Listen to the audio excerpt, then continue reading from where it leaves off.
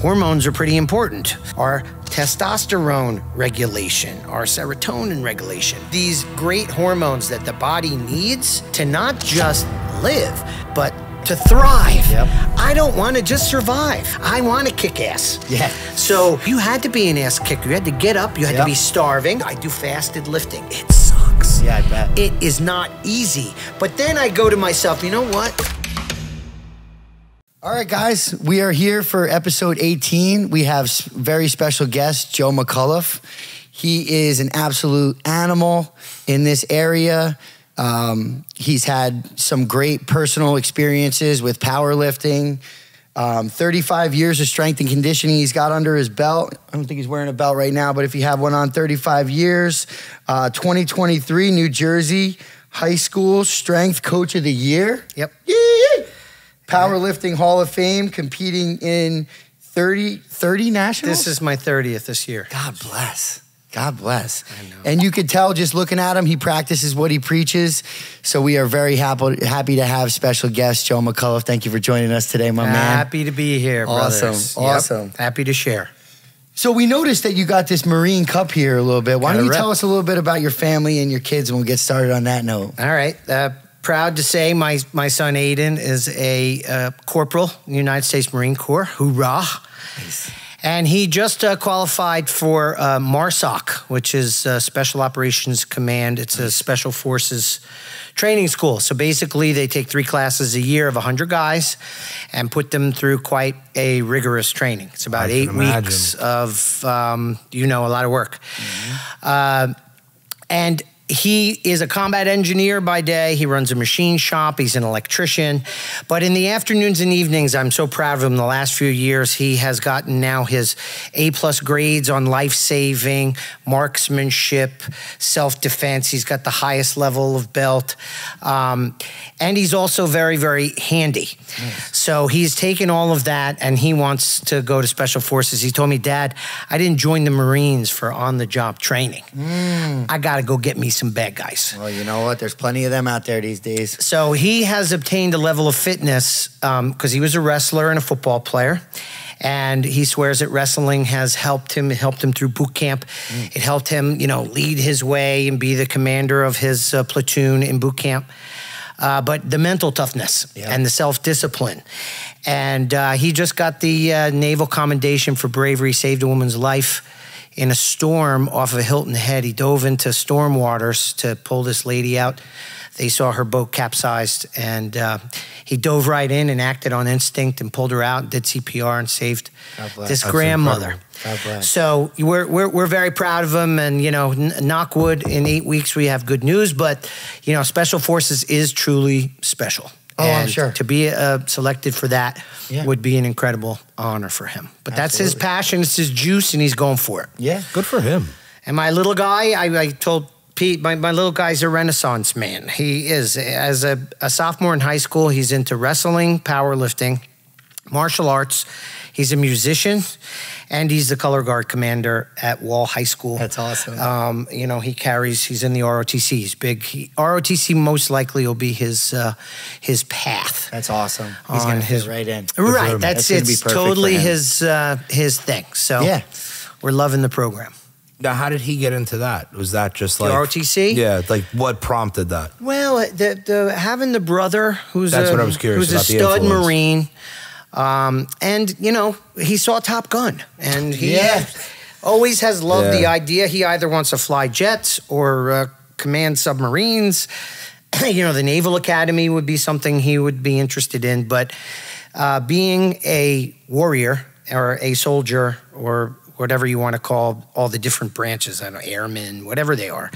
The reality is that his trajectory seems to be headed in that direction. Great. Plus, That's he's cool. an honor student. He's an amazing. A+ student. So that's amazing. Yeah, Sounds like you've raised some pretty good kids. we're doing okay. You're It winning. hasn't been easy. I was gonna say. Billy and I are in the fight now with the young bucks. That like we think we're doing well, and everyone tells us we're doing well, but we don't know how it's going to play out quite yet. So we're kind of in, Billy's got 3 little ones. He's got a boy and 2 girls. I have 2 boys and a little girl. but they're young, you know, so we're in it right now, dude. Like, we're lacking sleep. You know, you might get into some tiffs with your wife here and there because everyone's on edge and the kids are freaking out. I'm going to give you some great advice from a guy who's been through that. Enjoy it. Yeah, that's what we've because heard. they they idolize you. They love you. They do everything. Yep. Now, and when they turn teenagers, all of a sudden, you know, I'm an emeritus strength coach with all of this acumen, and all of a sudden, I don't know about you don't know nothing. I don't know nothing. You know what I've noticed about the parent-coach dynamic is the fact that dad could say one thing and it goes in one ear and out the other. Coach happens to reassure the same exact thing, and the light bulb goes off. Village. Yep. Surround yourself with good people 100%. and coaches that indirectly, I have parents saying, well, they won't ever eat breakfast and they won't drink their water, and say, well, you know what? Always premise it and say, Coach Joe says, Coach Joe says. Yep. So more and more, outside of just teaching people weightlifting, I'm more of a mentor when it comes to the food and the sleep and trying to limit the phone and trying to understand the role of electronics in their health.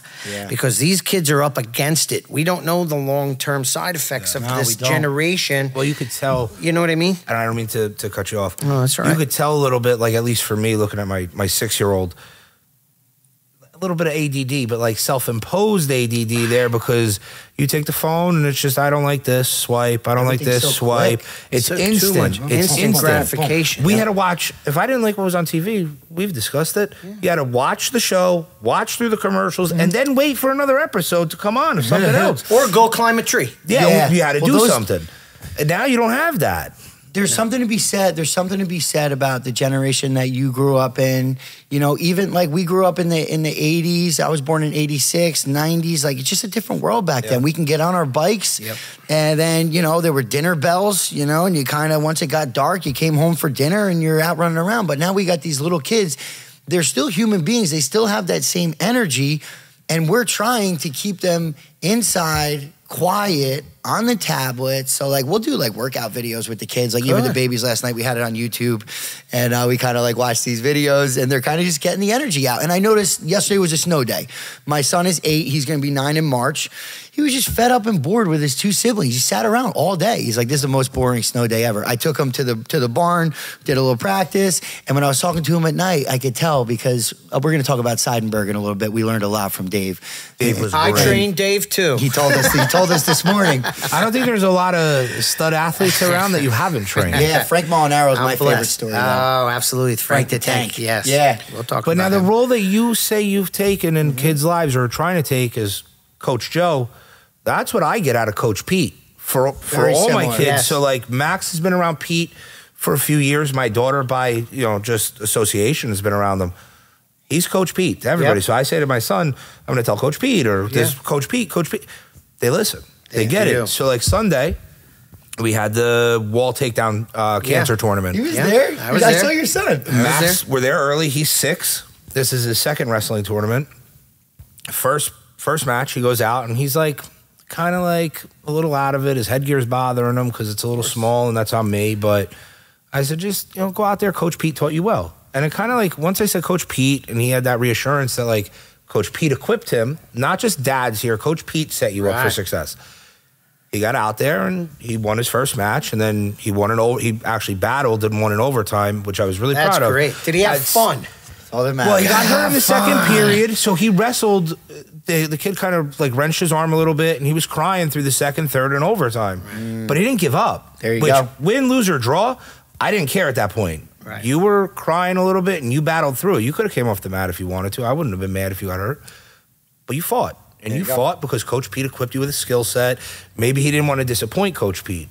But either way, those tools, he impacted him. He ain't disappointing me, dude. No, and you gave him that wherewithal to do that. He didn't get that from me. I can't teach him that. Sport will transcend their lives. Yes. Why? No matter how many wins my son ever has in the short conference, whether he makes it to states like his brother, it's going to make him a tougher, more disciplined individual, because life is going to break your arm. Life is going to beat you up. 100%. Life is going to injure you and give you a knock in the ribs. Life is way more badass than any state champ or any national champ that you're ever going to square away with. Wrestling's a great activity for them. It's just hard. I'm having all these conversations with all these parents and all these kids, and it still seems to be this facade that it's results-based. And I'm like, guys, no one cares.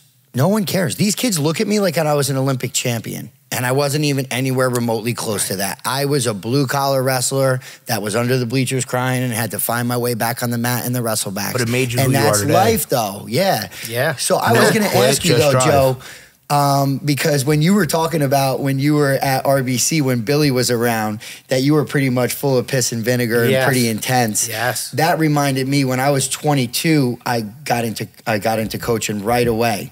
And I had that same piss and vinegar vibe, and I was kind of, flipping out, losing it on everybody, and just going super intense. And I've had to learn now, about 17 years later, I keep modifying things as I go. Did you have a point in time that you said, hey, I got to take my foot off the gas, this kid's 15? Or did a light bulb go off? Or have you just been plugging and playing as you go? You know what helped a lot was working for the likes of Frank Edgerly and Jim Portella. Two fantastic Hall of Fame coaches from Riverbank Catholic. I won state titles with both of them. And one of the things that Frank early on, because I worked with Frank, and then he left for the NFL to work with Belichick, and then I worked with Jim, and then Frank came back, is, Mac, how do we keep them on the field? We got to keep them healthy. So, 20 years ago, I was starting to get into understanding the value of the recovery methods, like a good night's sleep, like hydrating your body, like nourishing your body, training them enough without overtraining or undertraining them, and finding that balance where it's unheard of to this day that we had 2 state championship clubs in 2014, 2018 had the same lineups the first week as the state championship. So we went the whole season with the same starting lineups. A few sprained ankles here or there. So the health became wealth. And then some of my own personal health situations brought about me really having to sit back. My ego destroyed my hip with powerlifting, and I needed a hip replacement. And, pain is an amazing teacher. And it gives you humility. And I always prided myself, and one of the reasons why I still compete this day, it's not really for me. 4 nights a week, I eat dinner with the kids at the gym. Okay, and I break out my food, and we talk about food. Why? I'm sitting there, I'm eating my steak and broccoli one night. I don't have a potato with me, and they're like, hey, coach, where's your carbs? I'm like, you know what? I'm already at the top of my weight class. I got to be careful with the carbs and da-da-da. If I was cutting weight, I'd do this. If I'm trying to gain weight, I'd do that. And it always sparks conversation. So I always like to practice what I preach to show the kids how to do it right. Yes, I am dedicated to my craft. Yes, I am in bed at the right time. Do I do my stretching, which is boring? Yes, I do. Do I have a plan in place? Absolutely. Am I patient in my plan? All of these things that I can not just tell them how to do it, but show them how to do it. And some of my habits and consistencies will rub off on them. So over the years, I'm IPF world champ over and over again. It really is, for me, about leading the way. And this year, though, I have to selfishly say, I'm 59. This will be my 59th year. In the Masters, too, 50 to 59, I'm the oldest guy in the class, so I want to kick some ass. Let's go. You look like you're ready to. Yeah, I am ready. That. I'm really primed. I'm really I got to be honest. You don't look a day older than when I met you. Now, when I met you, though, you were like this. You were. You looked like a walking muscle. I was up to 220. I got up to. He was huge. I was 218 pounds. I'm 180 right now. Nice. So I have reduced my insulin resistance, and I have kids. I can't afford the high blood pressure. My blood work started to change because of my family history, my genetics. I have the 4 horsemen. Heart disease, cancer, diabetes, Alzheimer's, all in my family. I got those as well. So the middle of my 50s, I started going, whoa. So the last couple of years, I've really been good about getting rid of processed foods. Good. Eating the right amount of protein, carbohydrates, fats. And limiting my alcohol because I'm a partying Irishman. I like to have a good time. I like to go out with the boys and do my thing. But down that road. But not to the point where it's ever gotten me a DUI. It's never got me thrown in jail, or I haven't done anything like that. But it would mess up my training. I'm sure. And it would make me grow. So I had to cut that off. Good. And now heading into my 60s, I want to be able to, if I win the Worlds this year, if I win the Nationals, I can compete in America, in Austin in May. So that means my family can come. You know, I couldn't afford to take them to Kazakhstan or wherever the Worlds I'm sure. sometimes are. But this is something that hopefully, all goes well, that I can make the world team for 2024. So we'll just see. having their support is going to put a little bit of, you could put more weight on the bench that day, knowing that they're there for you. That's how I feel. Extra fire for you. That's how I feel about like the 5Ks and 5 mile races and stuff, man. I'll be practicing. I kind of clock my times every now and again. But on race day, like if my family's there and I see them around a tournament, that's all I need, dude. I'm out. I'm sprinting after I see that. That's what Mikey said too. When he saw his family, he was ready to like give up or slow down. Yeah. And it just gave him that extra. Over. Your family gives you juice, but it also every day will help you make decisions that affect your long-term health. Yeah. Long-term health and quality of life. I want to be teaching my grandkids how to lift. And I can still sprint and jump and run and throw like a little guy. Yep. So I want to be able to be that guy 20 years from now. Yeah. And if I was still like this, most likely I would not be. Yeah, no or I would kidding. have a stroke like my dad or a heart attack like my mom. It is something that stares you in the face once you hit 50. Yeah. And that, in turn, by me taking care of my own health, and then COVID happens, and you start to really, really see kids who really, really need more health coaching than strength coaching, right? If you know what I mean. And some of these kids, it's all about just giving them life skills and giving them self-care skills so they understand, hey, you don't just have to weight train to be a high school state champion wrestler, but this is something that you'll do for the rest of your life, because being strong will help you get through life, and it will also help you have successful annual physicals. That perspective, again, has taken time for me. And now I would say better than ever. And I'm coaching younger and younger athletes, even though I still have my savage high school kids, I'm the training Tanner and the studs that I'll see in Atlantic City this year. The little guys, those are the ones that, goodness gracious, if you can get them just with those habits and principles. Well, I can't get to Coach Joe today, so I'm going to do my push-ups and my pull-ups and my pistol squats at home. Get them regimented. Regimented to the lifestyle. We need 100 to 125 strength training sessions a year. I'm telling you that. 100 to, and it doesn't have to be at a gym. It can be at home.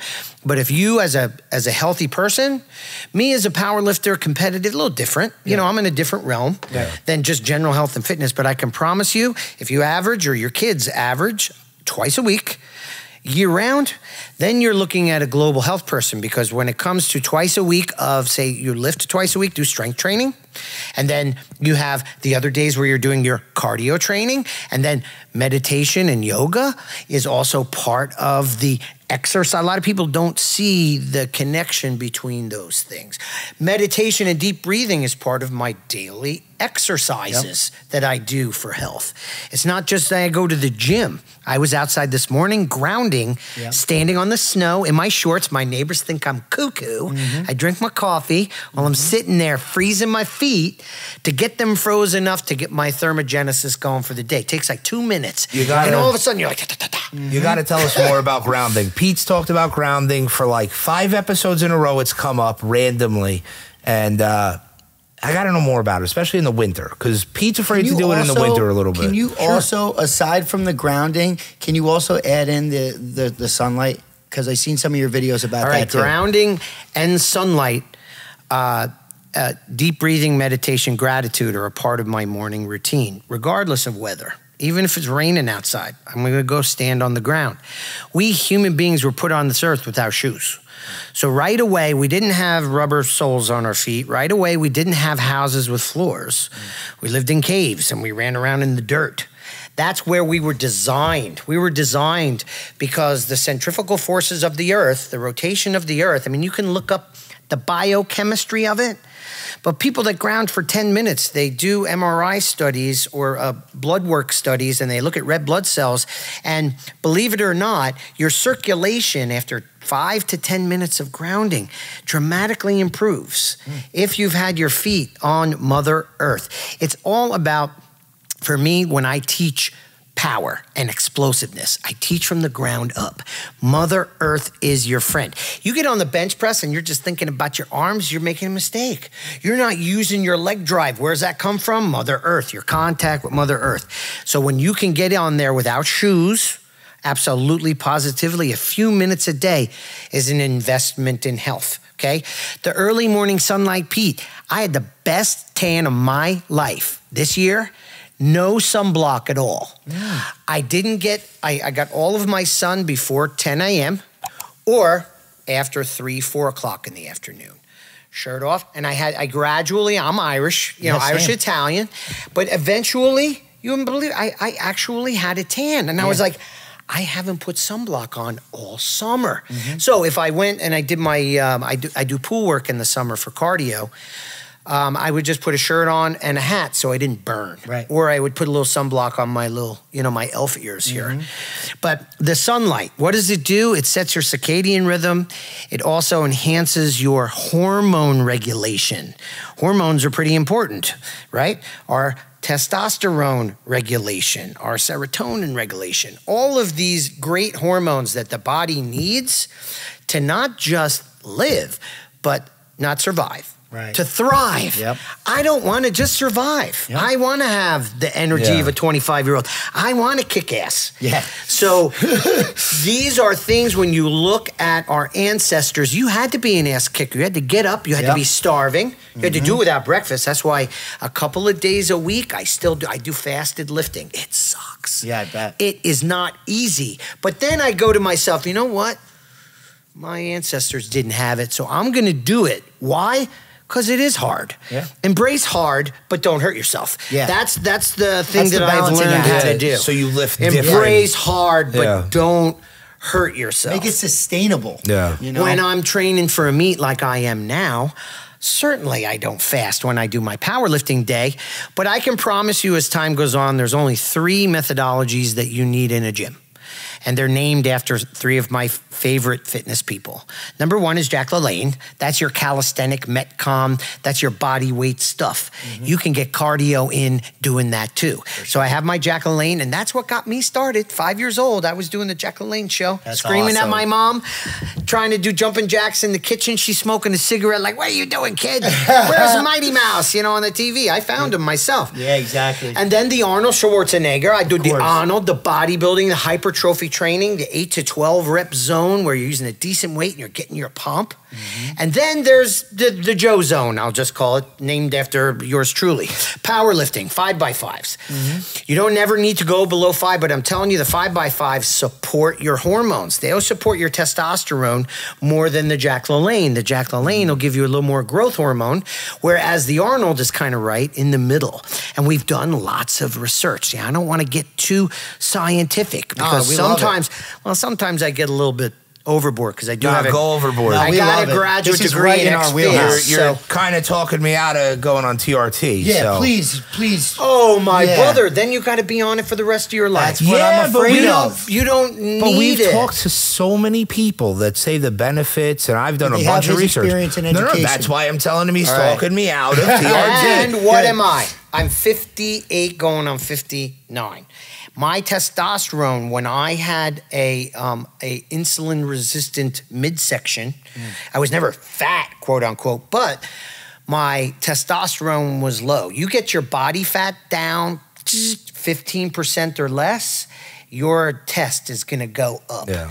You start cycling in those 5x5 safe training. You don't have to barbell back squat. Use the safety squat. You don't have to barbell bench. Use the cambered, the benches with the handles like this. I know. Easy on your shoulders. You call it a football bar. I use those most of the year. I only train a few months with the straight bar anymore because it's hard on your body. I'm sure. And then the trap bar for deadlifts. Squats, bench, deadlifts, pull-ups, add hormones.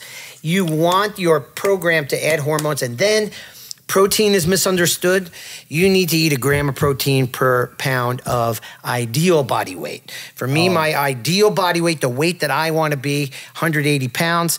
The last couple of years, I've been eating 180 grams of protein a day, and I adjust my carbs and fat as per need. If I'm going to lift heavy, then I know I need a little more carbs on that day. If I'm going to do a cardio heavy day, I'm going to go a little higher on the fat and lower on the carbs, a little bit of ketogenic. But always the protein's got to stay. Then the sleep. You got to have good sleep hygiene. You got to get 8+.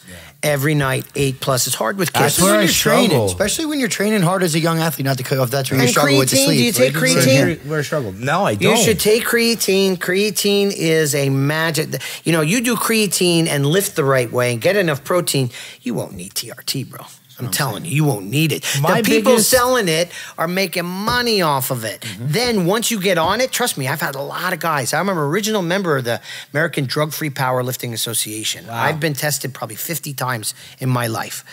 I didn't want to go that route, and I saw that route as cheating. So for me, I always competed in drug-tested events, where it took us about 20 years, but all of our drug-tested lists started to catch up to the dudes on the juice. Wow. People that have clinical problems, like some cancer, like a hypothyroid, like you're coming off of chemo, something like that. If you have a physical ailment that you need TRT in the temporary, I understand that. But just general feeling of maybe a little bit of lethargy and my workouts are kind of sucking, if you're not investigating all the nutritional areas and you're not investigating your sleep and being realistic about your sleep, and then your body fat. Do the waist measurement. Try to get your waist half your height. Because if your waist is bigger than half your height, then most likely you have insulin resistance. If you're insulin resistant, your test drops. So my biggest thing, why I was looking at it, they say it improves your sleep quality. I struggle with sleep. I go to bed 9:30, sometimes 10, but I get like 3 hours of sleep. It's absolutely terrible. He's got a watch that he monitors it with. So do you have any natural remedies for him? Absolutely. I started taking the Reishi. Right. Initially, I have a Garmin S70. I don't have it on now because it's charging. It monitors your sleep. And out of 100, my normal sleep score when I first started was in the 30s. I started taking Reishi. Dave Seidenberg put us onto it. And that got me up into the 50s. But it's still shit sleep. I mean, when you think about it. How's your mattress? How's your pillows? Pretty good. I mean, pillows, I'm weird. Is your room really dark?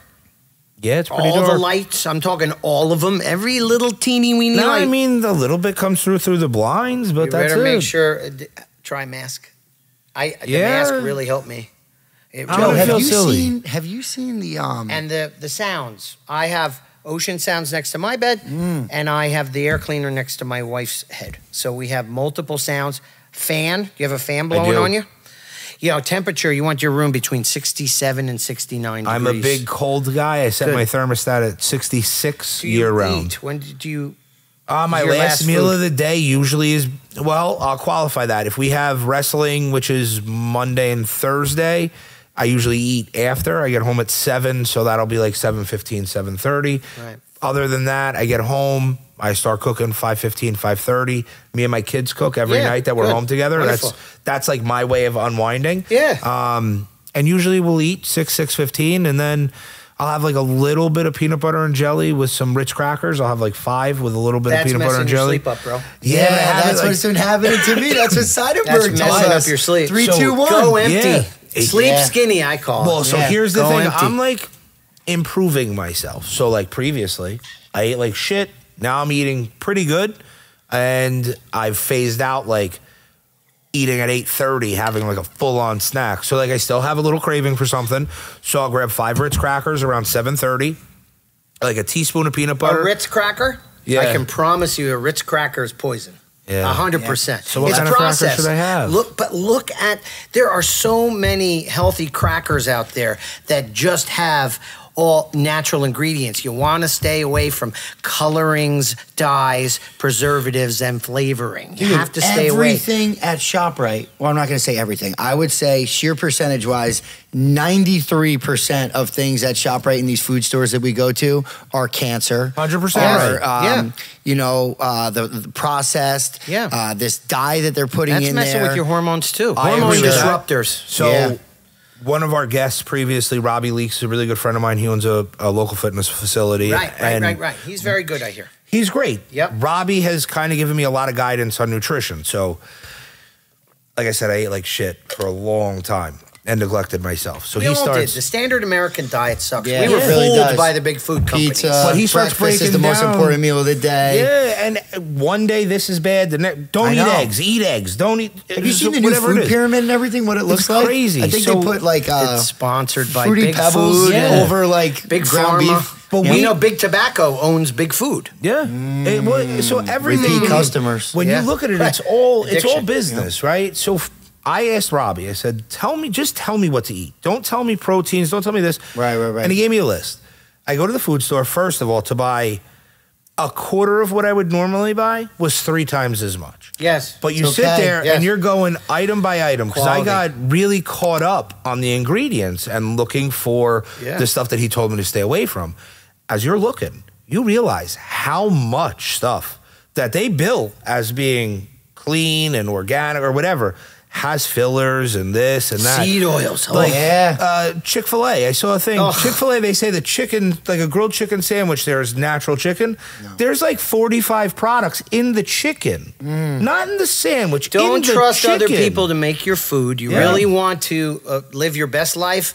I've become a cook. I never thought I'd see the day where I'm actually starting to become, I'm not a chef, but I cook for myself every day, and I always cook the protein for myself. Then you know what's in it. You know, like I have gotten into ghee as opposed to butter. Ghee is amazing. It tastes good. It has a higher boiling point, so you're not going to get rancid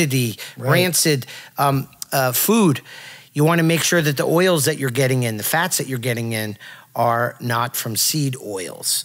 And if you remember this acronym, the more experience I have, the more I see that it is principles are more important than methods. For example, if I gave you a diet, a rigid diet to eat X, Y, Z, and they're all good, as opposed to say, okay, cut the crap. Cut the carbonated beverages, the refined sugars, the artificial sweeteners and artificial colors, and processed foods. Cut the crap. Then the world opens up to you.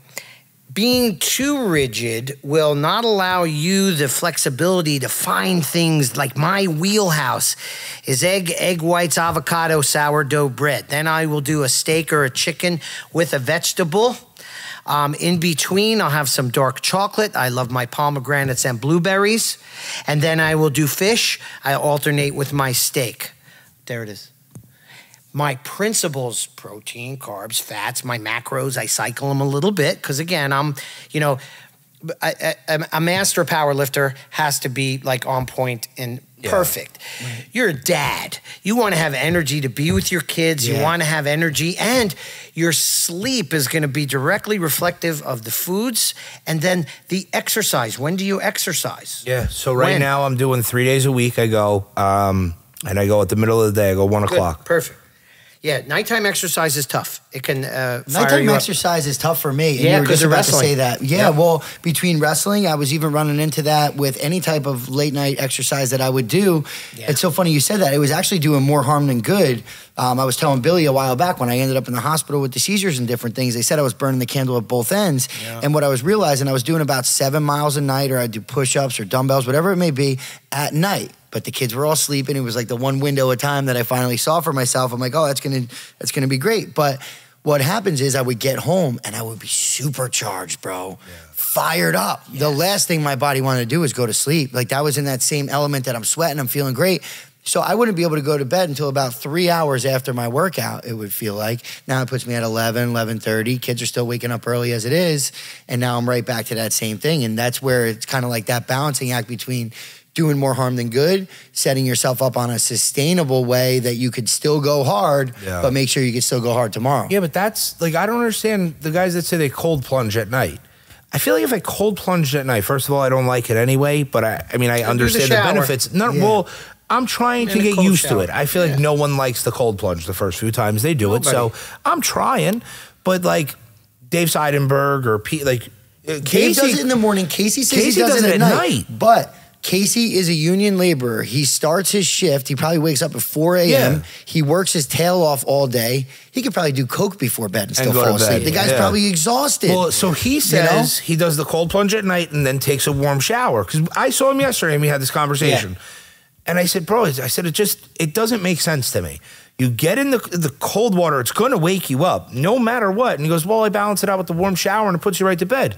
It works for him. Yeah, if it works for him. It works for him. That's all that matters. And everybody's different, but the point I'm trying to make is you go running or whatever you're doing, it's going to wake you up. Your body's now up at its most alert that it could be. Right. What are you going to do? You can't just go home and shut it off. No, you know, so... Everyone has to find their wheelhouse when it comes to the timing. For sure. But again, the principles: don't eat 2 hours before bed. Try to get 8 hours of sleep. Try to make sure you're drinking half your body weight in fluid ounces of water a day. I like Celtic salt with my water in the morning. I've heard great things about that. For minerals. And I will try best I can to get up in 20 minutes early before I have to leave the house and go run around the block once to have a little bit of fasted cardio. Right. You want to rip body fat off? Fasted cardio in the morning is a great way to do it outside of any of your strength training. Yeah. Good. That's a great habit that I have adopted. And having the less body fat now, I'm eating like I feel like I'm eating like a king, and I don't have to cut weight. Yeah. I had to cut weight from 88 to 81 last year in the last week. It wasn't good. And I only benched 360. I still won, but I felt like crap. Not for you, this year, I am surging my way. I want to bench 400. Let's go. We'll see. I'm going to be close. I'm going to be close. But I'll do everything I can to win.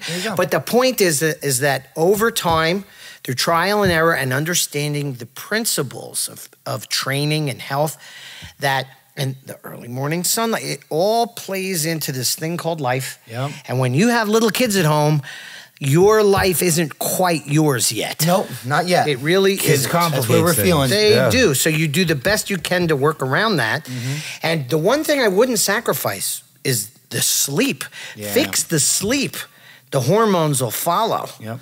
Fix the sleep. Fine. I like ashwagandha and ZMA. I Johnny take Ryan told ZMA us before about? bed. It is Don't what they Johnny sell that Ryan at gas told us about. stations? What?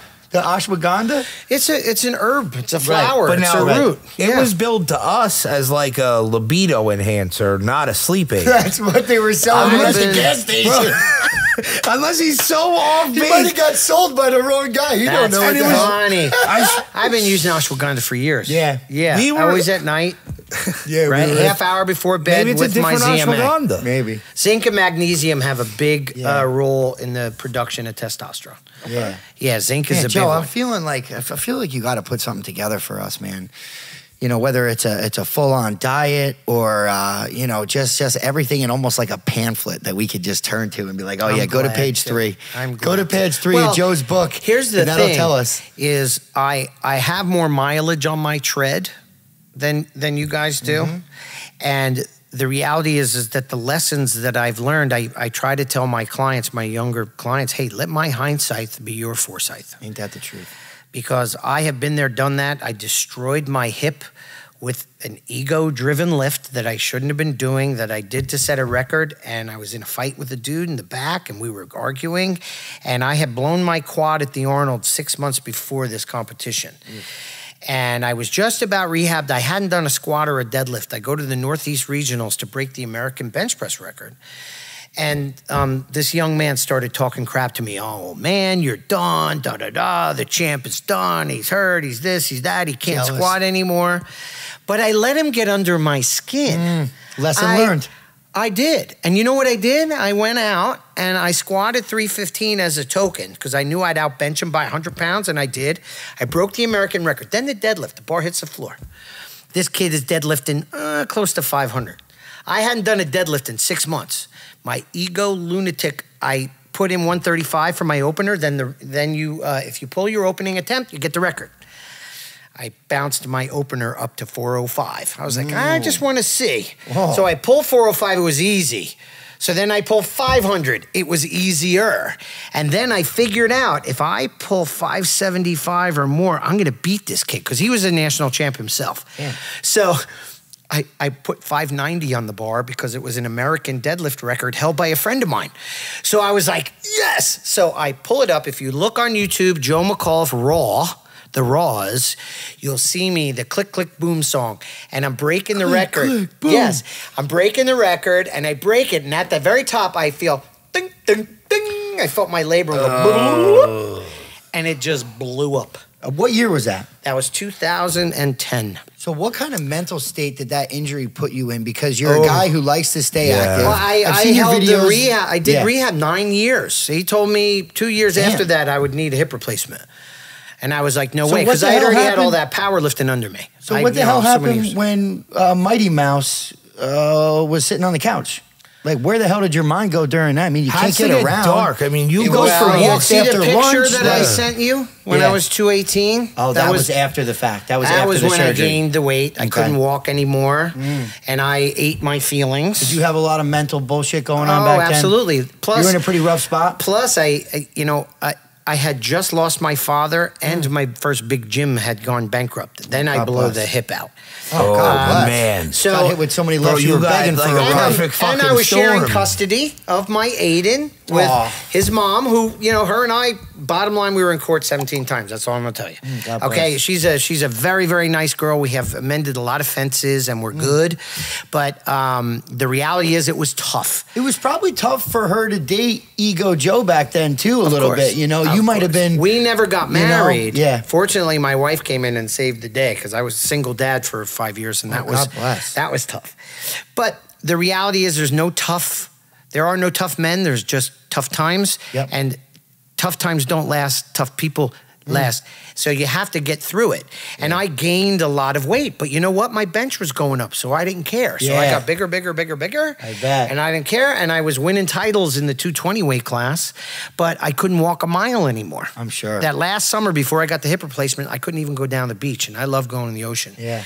So it was 10 years before I needed the hip replacement. Damn. And it's funny, the best thing an orthopedic surgeon told me to do after my hip replacement, he says, oh, you got to stop squatting and deadlifting. And I say, oh, thank you, because that's what I'm going to do. But I'm not going to do the competitives. So I stopped doing competitive squats and deadlifts. Now I just do therapy, double body weight, that's it. No more 4 times weight, because I got my squat up to 755 at one point. That's insane. But the bench came after all my, the recent titles. I got shoulder reconstruction after a car accident in 2012. And again, the doctor said, you better stop benching competitively. A couple world titles and the Hall of Fame later, that was good advice. He told me that I can't do something. So I don't think you took that well. No, well, Ego Joe, why would Ego Joe take that well? We're getting back to work. What it did is it made me smarter. Pain and suffering and rehab made me seek out better and better resources for rehab information and developing my holistic health program now. Awesome. And like the kids are benefiting from that. Everybody around you is. Yes. And the fact that even though I'm still training all these savages, and we can talk about why Tanner Hodgins didn't just show up on the Shore Conference, this has been something in the making, is that why all of these competitive kids that tend, it's not just wrestling and football. I have softball, lacrosse, baseball. I've got badasses from all over the Shore Conference that, you know what? They're healthy kids. They're not in the doctor's office very often. They're not getting surgeries very often. Right. When you look at the real successful kids, I can promise you that they have a great support system and that at least one of their parents, at least one, is healthy, they take care of themselves, or both of them. If you look at Quentin Nelson, argued to say first ballot Hall of Fame offensive lineman from RBC, both his parents were college athletes. Kenny Pickett from the Steelers, I just talked to him this morning. Both parents, college athletes. The Hodgins, both college athletes that they handed their kids off to me, Right. and they get it. They know that having a mentor and a coach that's not just going to teach them how to bench press, that's going to teach them how to take care of their bodies and sharpen it like a knife. Yep. And it's this finely tuned machine when you're eating right and getting to sleep and deep breathing. And these kids are like ahead of their time. Yeah. When you think about what I see at the snack stand that these kids are eating. Oh, don't get me involved with their. Forget it. Don't get me going about our snack stand. I'm not Those in kids- agreement with selling Skittles, baby. Those kids are ahead of the They get curve, hoofed up. but those are a very small percentage of the kids overall. Very the kids small overall are percentage. getting the Skittles. Yes. You know, my son, he loves the sugar and whatnot, and Yeah. he's literally thrown up, like, to the point that we're like, dude, you can't have slushies anymore.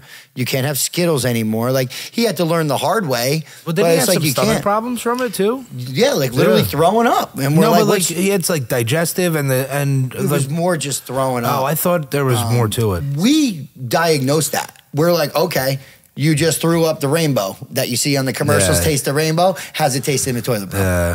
Or out. Thank you know? God At least we you were paying got. attention. We toned it back. We toned it back big time. Thank God, because Connor used to be a peanut butter and honey or like a Cliff Bar or some type of. He never got into cereal, thank God. Okay. But when we got him off of that and got him onto nitrate-free, grass-fed bacon, pasture-raised egg, and now he's into sourdough toast. I can do that. It's unbelievable how much better he's doing in school. I'm sure. That steady blood sugar energy throughout the day rather than that big sugar and Yep. then the wham and Oh, then you it give a comes kid a down. Pop-Tart for breakfast. Now Yes. he's going into school. Of course he's not paying attention. Right, and Of it's course he- easier for the parents just to do this. It's not easy to have to go through a lot of this, and there's a lot of hemming and hawing because a lot of the kids are addicted to sugar. Read Yeah. the book Salt, Sugar, and Fat. Read it, absorb it. Look at it. It's a New York Times bestseller, about 10 years old, and it'll teach you how the big food companies have addicted us to carbohydrates Makes sense. and fats and salt with their chemists, and they have figured out how to make it look appealing and put Oh, it yeah. in the packages that the kids love the colors and it's the sugar, and boom, they get a blast Yeah. of whatever the drug is, and it's like on an MRI it looks like cocaine is sure. going through their brain. I'm sure. So, you know, understanding that big food is not for health, big food is for profit. Yep. Health, again, is more expensive. Yep. Yeah. Yep, But so is I that learned medical that, bill. yeah. Which one are you willing to pay? that's true. The medical bill That's is a good way point. higher than you paying a Yeah. few more bucks for some No, quality you're stuff. not wrong. You know? And Yes. I get it. And 100%. that's just really unfortunate to me. Yes. And why are guys like you in like the rarity? Why are all the numbers just going, just following whatever big pharma's saying? And you know, People we've had are some lazy. conversations about things like this where, you know, these human beings can just become repeat customers. And it's just business at the end of the day. I'm not going to say what hospital, but I just heard a very progressive doctor who's an orthopedic surgeon got released from a hospital because he was too good.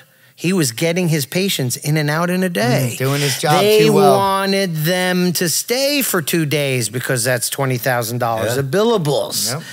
You know, it's a business. So for me, it's about be your self-care advocate Yeah, I like that a lot. rather than a sick care patient. Yep. 100%. Sick care patient is very expensive. Oh, yeah. And then the plethora of drugs. I mean, I have clients that are on every single thing from the sleep drug to the statin to the blood pressure drug to the metformin and then the sex drug that helps that. It's unbelievable the amount of chemicals that are just being prescribed over and over. Like you say, repeat customers. Look at the pictures of the beach when I was a kid versus now. Oh, forget it, night and We're day. 40% out of shape. Here's what I don't like. I don't like using the word obese because I have friends who are caught in a hamster wheel who are not lazy, who get up and go to work every day. But they are caught in the hamster wheel of those drugs make you not have energy and not want to go to the gym. And you want to have your sugar. You want to have your bagel every morning.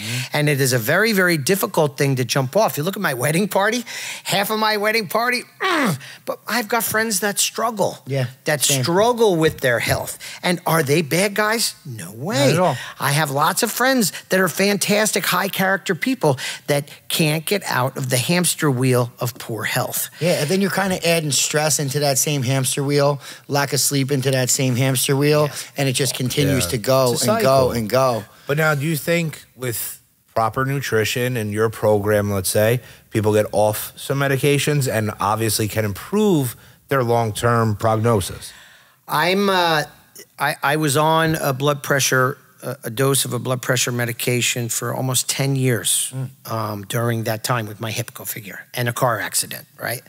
So I am now on a quarter of the dosage. Good. I've been weaning myself down. Good. Some days I don't need it. I don't take it.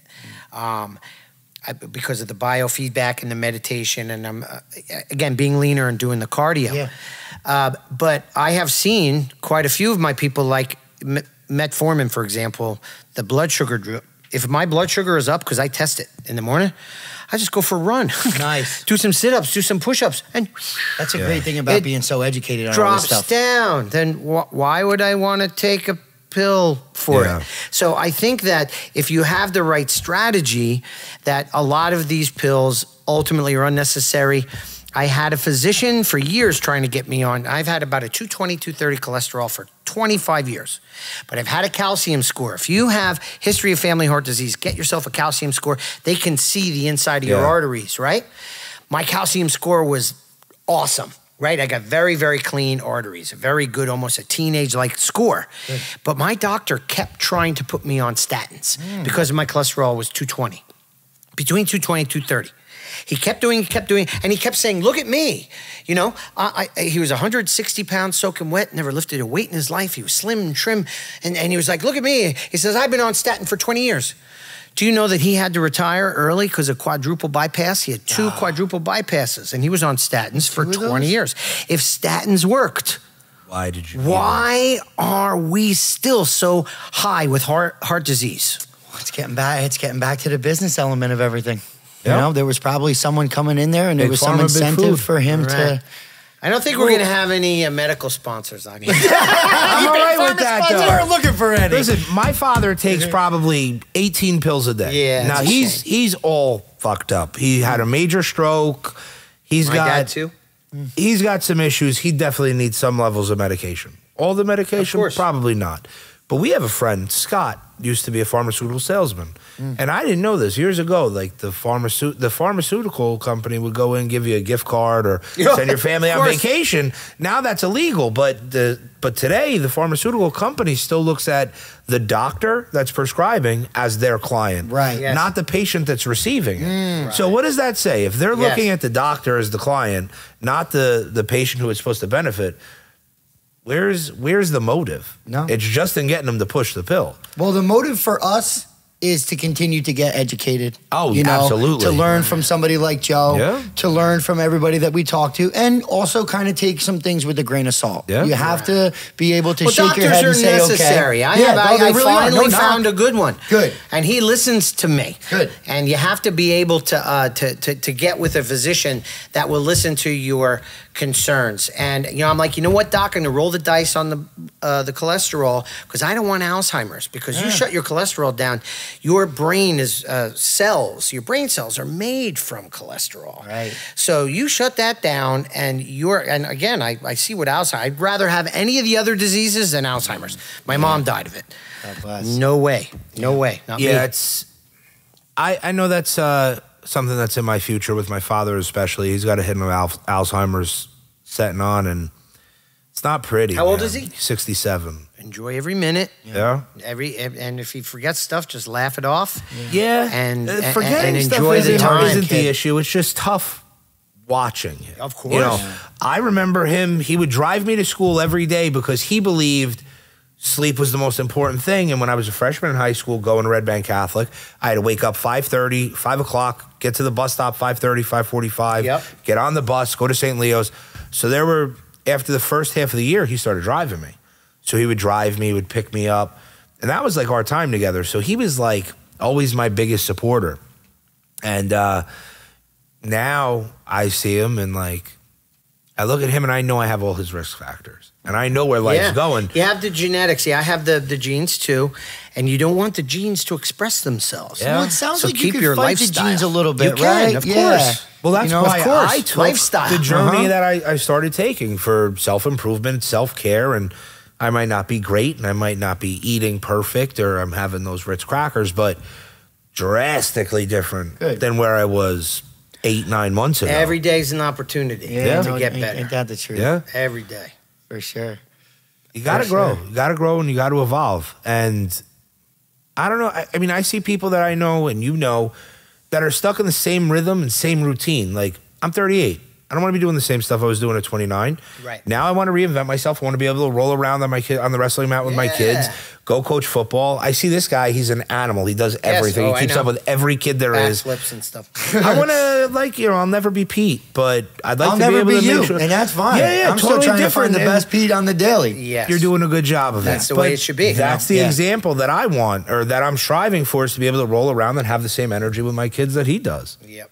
I'm fortunate that my sons both love powerlifting. So some guys go fishing with their kids or camping. Yeah. Me, we're meatheads. We like to lift heavy things. You know, it's funny. That reminds me, they're doing these things with the rebels for the wrestlers, and one of the hobbies is one of the questions they would ask, like, favorite pizza topping, all these different things. The last one is always favorite hobby. And this one kid, Tony Laredo, put the same answer that I would have put, which is working out. Yeah. That's my hobby. That's what I like to do. My kids like to do it with me.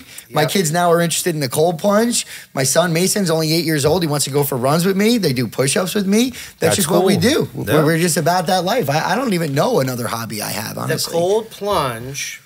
Are we done? We're good? Here's what I learned. I've done extensive research practically on myself. When I was in my fat shredding, I was down to 174 a few months ago, and I got my body fat below 15.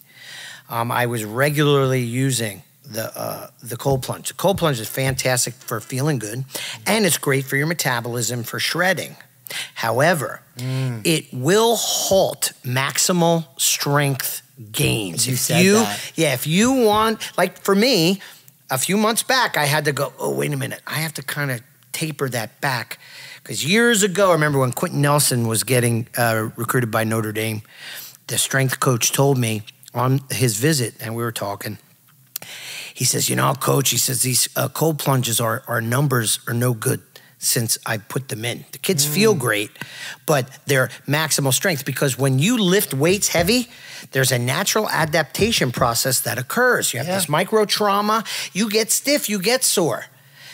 The best way to train is active recovery, is to do what? Is to work out again, but you work out lighter, you work out different, you do some cardio, you do some stretching, you make sure your eating is right, because too much cold plunging will shut off any inflammation that you have. So what I like to do is I cycle it in. Whereas a cold shower, 10 to 30, you know, I go up to a minute. Whew, it just feels great, but it's not that full body submersion. It's not gonna get a systemic inflammation shunt.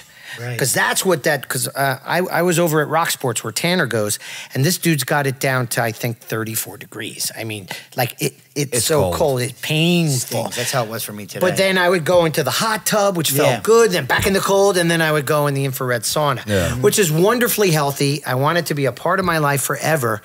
But at some point, I had to give up feeling good. To be a power lifter. I got to embrace the suck a little bit. So if I want to get stronger. Right not living the power lifter life? Do you think I'm all right with this addiction I have to 3 minutes a day? Absolutely, Pete. Absolutely. Because I've been addicted to worse. Well, as long as you can still outbench your kid. Once your kid can outbench you, you might want to rethink I'm going to tweak some shit down, but I'm going to do my best to make sure that never happens. Listen, I watched you bench 2 weeks ago. You were fine. Can you do 225? Yeah. Can you do 225? Yes, okay, sir. so the three of us can do 225. That means we're stronger. There's only about 50,000 people on Earth, they say. I actually saw this stat the other day. It's like less than 1% of the people in the world can bench press 225. You take it for granted because you're in a gym. But look how many people are not in the gym. Yeah. They can't even do a push-up. You're It's only seeing a small crazy. percentage. It's very small percentage. Crazy. Yeah. I also saw that, I forgot the number, it was like 90-something% of people will never run a sprint after high school. That day that I saw that, I was running sprints down my block. I'm like, Dude, hey, that's not why me. I love my skill Not mill. me. I love my skill mill. Yeah. Because it protects me from hurting myself. Yeah. Because I still got wheels. I can still go, but Sure. I have to be careful with the hip and stuff. yeah. That Yeah. If I pull something, I set myself back in training. Yep. So I can be my most kind of courageous once nationals is over. And if I make the world team, I have like 6 weeks where I can mess myself All right, please up. get that stuff on video for Yes. us because we would love to see it. And I always follow your videos. I've learned so Well, I much from showed you. my speed. Did you see my running on the skill mill? I got up to 14 miles an hour. I did. That's impressive, You were man. cooking. Yep. I can That's- still jump too. Jumping, well, if you take a regular athletic workout, I can tell you this. We squat or deadlift, we push, we pull, we carry or do the sled. Then for athletics, we jump, we throw, we sprint. Jumping, throwing, and sprinting for your average adult can be dangerous. So that has to be tempered. Right. You don't want to hurt yourself. Tempered, but no, you're not average. But those are athletic wonders. Yep. If you could do all of that in one gym workout, you'd be amazed if you just did that 3 days a week. I like the full body system. Splits in me don't work as well as just train it, and then the next day is cardio and yoga and meditation, and then train lift, I like it. cardio yoga. So it's a 6-day system that I use. I like it. It works. Well, Joe, I think we're out of time here, man. We got so much, dude. I can't wait to I'd rewatch like to this bring and you learn back. from it. Anytime. Yeah. A lot of value. Yeah, we got to have some follow-up conversations with Joe and, even kind of get him some opportunities to get in front of some more people Yeah. because everything that he's got, this world is longing for right now. Maybe we could so. do a feature up at his gym, That'd be do a awesome. program over there. I You think we wanna should go bring- work out with him. Yeah, that's what I'm saying. And bring the kids. Yeah. I got wrestling love mats that. now. You saw? I saw that. You commented. Oh, that would be Yes, awesome. Yes. We got to make a trip up. It's I'm a down. wrestling dojo. It's not a gym. Yep. There you go. It really is a dojo. It's a great facility too, man. You're doing an amazing job. Keep up the awesome work. Thank too. you. Thank I'm you. very happy to be here. Good Thank stuff, you, brother. buddy. Thanks for Thank coming you. in. My Appreciate pleasure. Take my Let's number, go, brother. baby. Take my number down. Oh, yeah. Guys, if anybody has any questions, please feel free to reach out. You're struggling with something, reach out. Get in our inbox. Click the links, like, share. We appreciate all the views, all the support, and all the love you guys have shown us. And Thank to you. everyone who's previously reached out for help, we thank you so much. We're so proud of you. I was just talking to somebody yesterday. He's got 6 days, no alcohol. He talked to me. We had a real open conversation. I didn't judge him. I basically let him know that most of society wants you to drink and wake up with anxiety the next day. And I'm here to tell you that that's for the birds. So if anybody's struggling, please reach out to us. We would love to facilitate some help for you. Thanks for the love, guys. Awesome. Awesome.